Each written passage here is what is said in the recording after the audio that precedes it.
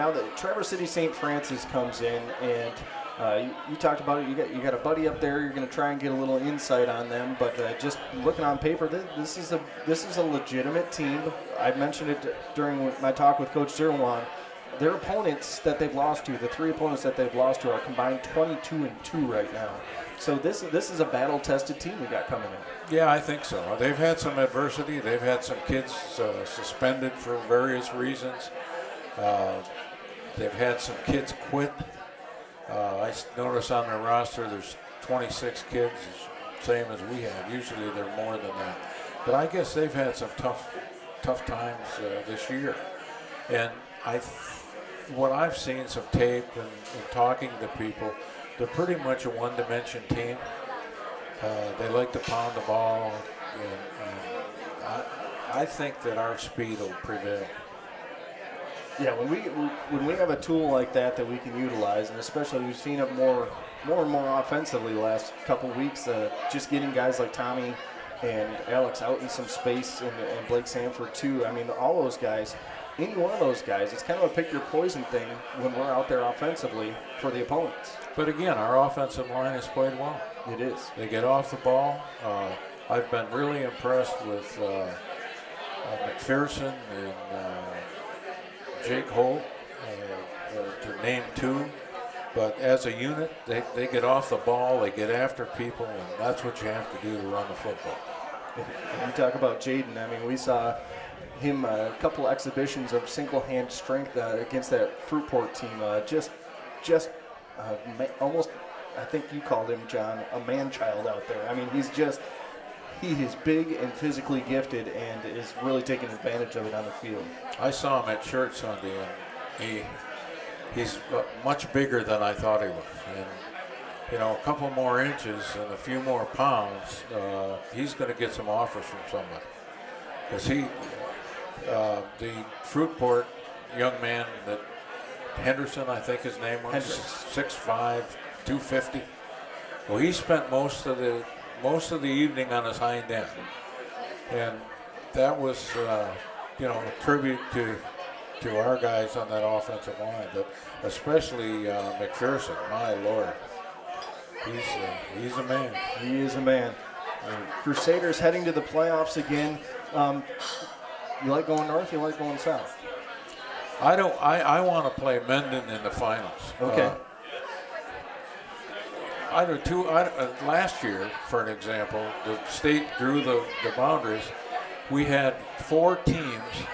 The top 4 teams in our class played in one division, in one region. Right. So then we go to Mendon. We beat Mendon, but they did that all the way through the playoffs on all classes, and there wasn't a good football game on the finals. There were blowouts on every final game. And I would think the state has to look at that to say, hey, this is a big show. And we want two of the best teams to play. And that's, I hope we go north. Yeah, I'm with you on that. I would love to see Mendon later than we have. I mean, we've seen them the second round 2 years ago, third round this past year. Obviously, things went well last year. We'd love to have a result like that again, but Mendon doesn't play anybody. I mean, their league is weak. We had open dates on a number of years, wouldn't play us. It's not so bad to go to Mendon either. But this is a big game Friday night. If we can win, then the playoff points, with their 5 wins and playing someone in 7, we're going to get some more points. And playing wherever we go, playing at home is just so important in this playoff system that we have. If we can play at home, and I think if we win and somebody else wins that we have beaten, we could have home field advantage, and that would be tremendous. Yeah, I think last year we did have home field for the first week with only 6 wins. So if we could notch a 7th win, then that'll, I would hope for sure, give us week 1 and possibly even a second game at home. What would really help us is Fruitport beating DeWitt. But the way they played last week, they'd have a hard time beating several of the teams that we played. Yeah, well, the Trojans struggled last week, that is for certain. Now, we had one of your personal favorites up here just a little while ago, Griffin Seymour, and had a great chat with him, and we've had a lot of fun watching him this season. I guess just talk about, I mean, he's making a big difference on this team. Coach Sherwan talked about it. It's almost an afterthought, the PAT, because Griffin's almost so automatic. He's automatic, and I've never met him, but I do know his parents, and his grandfather, George, would be very proud of him. I worked with George for a number of years, but he can kick them, boy. Yeah. You know, we've had some pretty good kickers at Muskegon Catholic. Mike Gallo, for an example. But, boy, he measures up to any of them. Really? So but I just like, you know, a lot of kickers, they're kind of faint hearts, and they dance out on the field. He goes out there, and he's going to kick that ball. And then he's looking for someone to hit. Yeah, there's no question. He's going to make that thing. And, boy, I'll tell you, confidence is, you know, I thought he was 6'3", 220 when I heard him, but he really isn't. No. But a great confidence and great interview now. Yeah.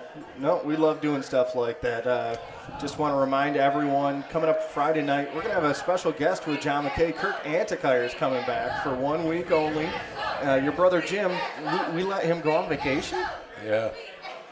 Yeah, I think he deserved a vacation. He said he was under a lot of stress. And he went to Ireland for a few days for some R&R with a couple of cronies of his. So hopefully he'll be back. Hopefully. Did his golf clubs go with him? Or? Oh, no. No? No. That's your department? Yeah. All right, so we'll have Kirk this week, the Crusader Kickoff Show again at 5 o'clock on Friday night. Pat and I will come at 6:45 as the game against Traverse City St. Francis right here on Country 93.1. I want to thank everyone who's been a part of the show. I want to thank all our guests that come out every week. This show has turned into a great thing, and we really appreciate your support, and Pints and Courts does as well. We want to thank the crew here at Pints and Courts for having us here every week, because we keep coming back, and they keep reserving seats, and everybody seems to be having a good time. So for Coach Zerwan, for Griffin Seymour, for Pat, my name is Matt Chapkus. Thanks to Jeff Rose back at the studio for all the work he does. Have a good night. Go Crusaders, and God bless.